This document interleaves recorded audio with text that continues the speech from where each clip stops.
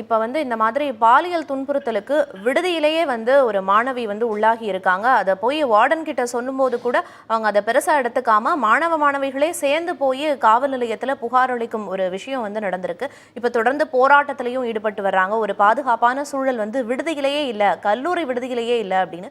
இதை எப்படி பாக்குறீங்க? நம்ம வெறும் சட்டங்களை வைத்துக் கொண்டு மாத்திரம் எதுவுமே செய்ய முடியாதுங்கிறதுக்கு இதெல்லாம் ஒரு உதாரணமாக இருக்கிறது.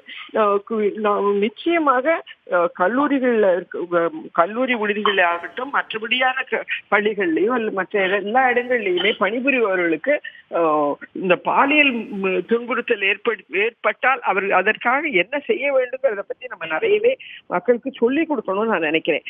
இன்னைக்கு ஒரு இது பிரச்சனை வந்துடுச்சு அப்படின்னு சொன்னா அத இவங்க பூதாகாரமாக பிரச்சனையாக்கி விட்டு வெளியில தெரிஞ்சிடக்கூடாதுங்கிறதுக்காக அடக்குமுறையில தான் போய்கிட்டு இருக்காங்களே ஒழிய அதற்கான நிவாரணம் தேடணும் அப்படிங்கிறத பத்தி நிறைய பேருக்கு புரிதலே இல்லை. இந்த மாதிரியான அதுவும் பெண்கள் படிக்கின்ற ஒரு பள்ளிகள்லயோ கல்லூரிகள்லயோ இந்த மாதிரி தொடர்ந்து நடந்துக்கிறதுக்கு காரணமே அவங்க இன்ஸ்டிடியூஷனுடைய பேரை பாதுகாக்கணுங்கிற ஒரு நினைப்புல எல்லாரையும் வாய் மூட வைக்கிறது தான் பிரச்சனையாக போய்கிட்டு இருக்கு. புகார் கொடுக்க முன்வர்றதே வந்து வெகு சிலர் தான். அப்படி புகார் கொடுக்க முன்வர்றவங்களையும் இந்த மாதிரி தரக்குறைவா பேசினதா ஒரு குற்றச்சாட்டையும் மாணவிகள் முன் வச்சிருக்காங்க. இப்ப சம்பந்தப்பட்ட அந்த ஒப்பந்த ஊழியர் வந்து கைது செய்யப்பட்டிருக்காரு.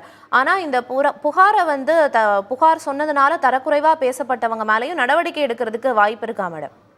நிச்சயமாக எடுக்கணும். அதாவது புகார் செய்தவர்களை தரக்குறைவா பேசுறது மாத்திரம் உடனடியாக புகார் எதுவும் வந்ததுன்னா அதன் மேல நடவடிக்கை எடுக்கணும், அவர்களுக்காக நிற்கணும், அவர்கள் கூட போகணும், காவல்துறையிலையும் கம்ப்ளைண்ட் கொடுக்கணுங்கிறதெல்லாம் மேண்டேட்டரியா இருக்கு.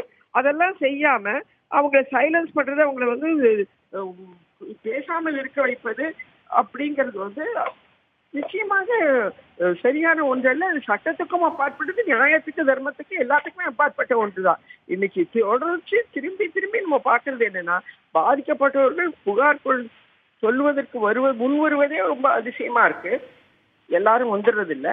அப்படியே வந்தாலும் அவர்கள் தான் பாதிக்கப்படுகிறார்களே ஒழிய உண்மையாவே குற்றம் செய்தவர்கள் அந்த அளவுக்கு பாதிக்கப்படுவதாக தெரியல. சுற்றி இருக்கிறவங்க எல்லாரையும் அமைதிப்படுத்தணும் அப்படின்னு தான் நினைக்கிறாங்களே ஒழிய இதுல நியாயம் கிடைக்கிறதுக்கு நம்ம போராடணும், குற்றம் இழைக்கப்பட்டவர்கள் பக்கம் நம்ம இருக்கணும் அப்படின்னு நினைக்கிறதே கிடையாது.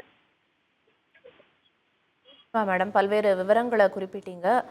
இணைப்பில் கருத்துக்களை தெரிவித்தமைக்கு நன்றி மேடம்.